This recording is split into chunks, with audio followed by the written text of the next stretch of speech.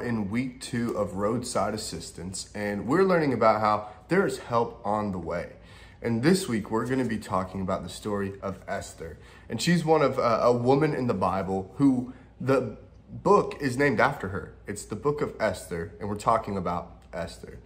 And so the really interesting thing with her is that God is not mentioned one time in this book, but we can see God work in all of the details. And so let's just get right into it. So in the book of Esther, there's a couple people that we need to know.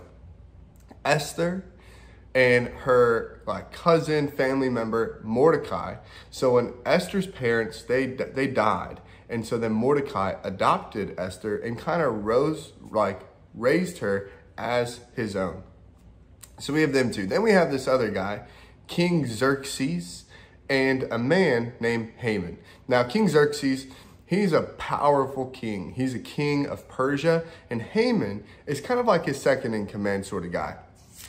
And so at the very beginning of Esther, King Xerxes has this wife. And so they're going to throw this huge banquet, and King Xerxes wants his wife to come. And so he sends people to go and get her. And so he goes and he's like, hey, Queen, King Xerxes has requested for you to come. And she's like, nah, I'm not really feeling it. And so she gets disposed of. There's no more queen. And so the king he's upset about it. And so people go, you know what? You should just have all the most beautiful ladies come and pick a new queen. So Esther is one of the ones that ends up going, and she becomes queen. She becomes queen.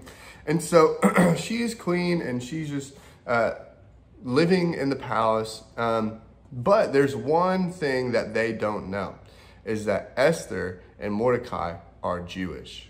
Okay, so remember that. That'll be key. And Mordecai, he was super loyal to the king. So one day, he hears these two guards or soldiers, and they are plotting against the king. So Mordecai tells Esther, and Esther tells King Xerxes. And so they are super appreciative Mordecai because of what he did. So he's super loyal. But Haman, he's kind of a hot shot. He walks around like he's the main guy. And so everyone would bow down to Haman except Mordecai. Mordecai, remember, he was a Jew. He followed God. And so Mordecai would never bow down. And so because of this, Haman gets so upset, he goes and plots a way to kill all the Jews. He's like, every single one of them, we're going to get him killed. And so he writes this document. He takes it to the king, and he's like, King, you should do this. And so the king doesn't really read it, but he ends up stamping it and okay. And so they drew straws to figure out what month this would happen. It would be on the 12th month. So Mordecai hears this, and all the people are devastated. They're weeping. They're crying. They are so upset because what they know is when this month comes around, they're all going to die. So Mordecai goes to Esther for help and explains what's going on. And so at this time, when you would go to the king, you would, especially King Xerxes, the king of Persia, if he was in a bad mood or didn't want to see you, he could just have you killed. And so Mordecai asked Esther to go to the king and to pretty much tell him like, hey, help us out. Help us out. We're going to die if this goes through. So Esther was super brave. She's like, you know what? I'm going to do it. And everyone else, all the Jews, go and fast and pray to God. And so gather everyone, fast and pray. And so, and Esther ends it with this one phrase, says, if I must die, I must die. So Mordecai, he goes away and does everything that Esther ordered. So Esther, okay, remember, if the king isn't in a good mood, she could just die. Could you imagine that? The bravery it took for her to go. And so she goes, and she puts on her royal garb and ends up going to the king. And when she gets here, the king asks her this, what do you want, Queen Esther? What is your request? I will give it to you, even if it is half my kingdom. Does that sound like the king's in a good mood? Oh yeah. And so this is in chapter 5 of Esther. It says, Esther replied, if it pleases the king, let the king and Haman come today to a banquet I have prepared for the king. So the king looks at his attendants and is like, Well, tell him to come. I like a party. I like a feast. Go get him. Esther has requested a banquet. And so the king and Haman went to the banquet. And so while they were there, they were having a big feast. And so then the king goes to Esther. And it's like, so now tell me, what do you really want? What is your request? And even if it is half the kingdom, I'll give it to you. And so Esther replies, no, this is my request and deepest wish. If I found favor with the king, if it pleases the king to grant my request, do what I ask. Come with Haman again tomorrow, and I will prepare another feast for you. And then, so Haman, though, let's remember this. At the same time, Haman was a happy man as he left the banquet. Remember, he just had a feast. He's like, he just left a party. But every time he would see Mordecai sitting at the palace gate and not stand up or like trembling nervous before him. And Haman got really upset about this. Mordecai would not bow down. He wouldn't even honor him or respect him. And Haman gets so angry. But he doesn't do anything. And he gets home and his wife and friends are like, why don't you just kill him? Like, why don't you just get rid of him? And so he's like, you know what? That's a great idea. So he orders for a pole to be set up for him to die. And so at the same time as that is going on, the King Xerxes, he is having a hard time falling asleep. This is in chapter 6. He's having a hard time falling asleep. And so he pretty much has someone read him all the news that's going on. And so they bring someone in and they're like, all right, well, here's what's going on in the book of history in your reign. You know, today someone got mad because Sasha's goat kicked Albert. And so they requested restraint. And it was sunny and 65 degrees, or it was rainy. All this news, all this stuff about what's gone on in the kingdom. And out of all the things that they could read, God works in the details. And what they read is that the reminder about, remember, in the past, that Mordecai saved King Xerxes' life because he told him about the 2 guards who were plotting against him. And because of this, he's like, oh, that's right. Hey, by the way, this is King Xerxes says this. He's like, what reward did we ever give Mordecai for this? And they kind of look at each other. They're like, nothing's been done for him. And so they're like, how could this have not happened? And just as that, Haman arrived. And he shows up because he wants to get this huge pole to kill Mordecai. And so he gets there. And the attendants are like, hey, Haman is here. And King Xerxes is like, bring him in. And so Haman, the king asked Haman, what should I do to honor a man who truly pleases me? Now, if you think about Haman probably thinks this is about him. Like, oh, I've honored the king so much. The king loves me. He's asking me, what would a king do to honor someone like me?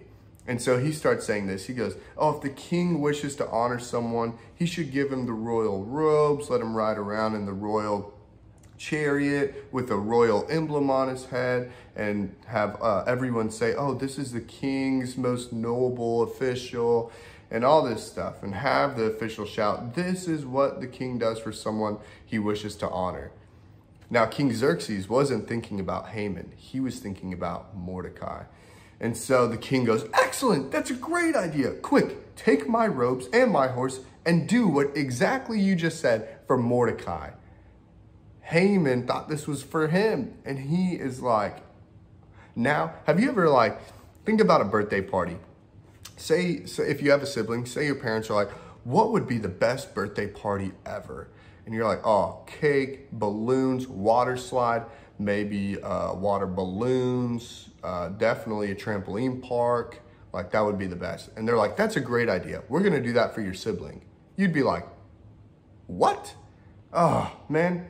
So afterwards, Mordecai returned to the palace and Haman hurried home because he was completely humiliated. He was humiliated. And he told his wife and all of his friends what happened. And they were like, and this is what his wife said. Since Mordecai, this man who has humiliated you, is of Jewish birth, you will never succeed in your plans against him, and it will be fatal to continue opposing him. So what happens is they have this second banquet dinner. Remember, Esther invited them to one, and then at that one invited them to another. So they have this huge thing, and the king asks Esther again, what is the one request that you have? Even if it's half my kingdom, I will give it to you. And she says, if I have favor with the king, and if it pleases the king to grant my request, I would request that the lives of my people would be spared. This is in chapter 7, verse 4.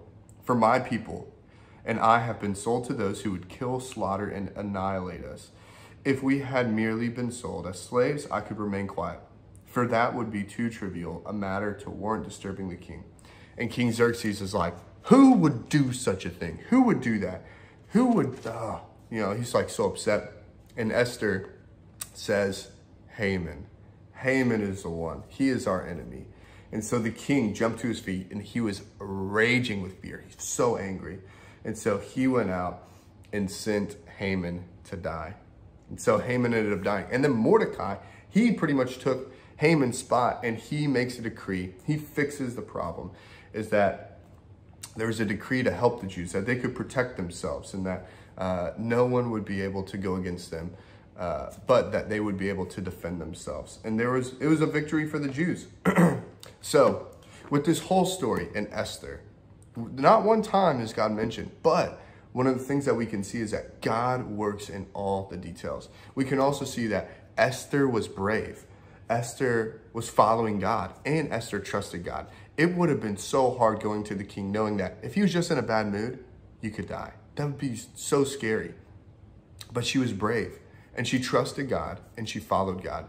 And even more than that, God worked in the details. There was no coincidence that it worked out. God was in every single detail. And so I want you to think, how is God working in the details of your life? If he knows everything about you, he is with you in every problem and every blessing, all the good things and all the bad. And he wants you to be used like Mordecai and Esther. And if you let him orchestrate, like work in all the details of your life, he knows what is the best thing for you, and he will give you what you need. But it's also for us to give God all the glory. So my question, do you know that the story of Esther is to celebrate today by the Jewish people? And there's a feast called Purim, and you should look it up with your parents. But remember Esther, and remember that God is working and helping, even when we can't see it. He's working in your life too. We'll see you next week.